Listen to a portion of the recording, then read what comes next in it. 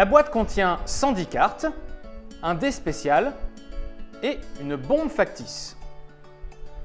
Le but du jeu est de trouver à tour de rôle des mots différents avec un son imposé avant que la bombe n'explose.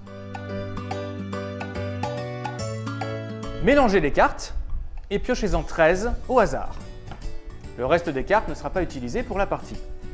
Disposez le dé spécial et la bombe factice à côté de la pioche. Et voilà, vous êtes prêt à jouer.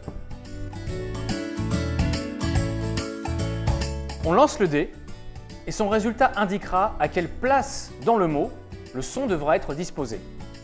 Si le dé indique « tic », le son devra se trouver au début du mot. Si le dé indique « tac », il devra se trouver à la fin du mot.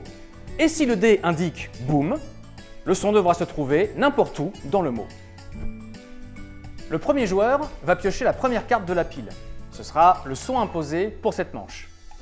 Puis il va déclencher le début du tour en appuyant sur le bouton rouge situé sous la bombe factice.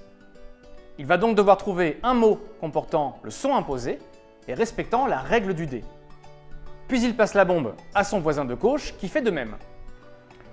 Par exemple, si ma carte indique le son ché et que le dé est tombé sur la face tic, je peux très bien dire chéri ou Scheherazade.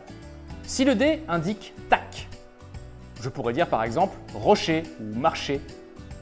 Et si le dé indique boum, tous ces mots sont valables, mais je peux aussi dire enchérir. Ça marche. Les joueurs vont jouer à tour de rôle, thermique, Mathématiques. alambic, jusqu'à ce qu'on entende un bruit d'explosion. Le joueur qui a la bombe en main doit prendre la carte du centre. Ce sera un point négatif. Attention, sur certaines cartes, des sons sont soulignés. Ça signifie qu'on doit absolument les entendre. Par exemple ici, le son T. Ça veut dire que je ne peux pas dire « lit ». En revanche, je peux dire « littérature ». Là, ça fonctionne. Seul le son compte, pas l'orthographe. Par exemple ici, je peux dire « gentil » ou « argent » et ça fonctionne très bien. On ne peut pas énoncer un mot déjà proposé par un autre joueur. Si ça se produit, eh ben, il faut en trouver un autre. À la fin de la 13e manche, le joueur qui devant lui a le moins de cartes est déclaré vainqueur. En cas d'égalité, on continue à jouer uniquement avec les joueurs qui sont à égalité jusqu'à avoir un gagnant. Et là, c'est la fin de la partie.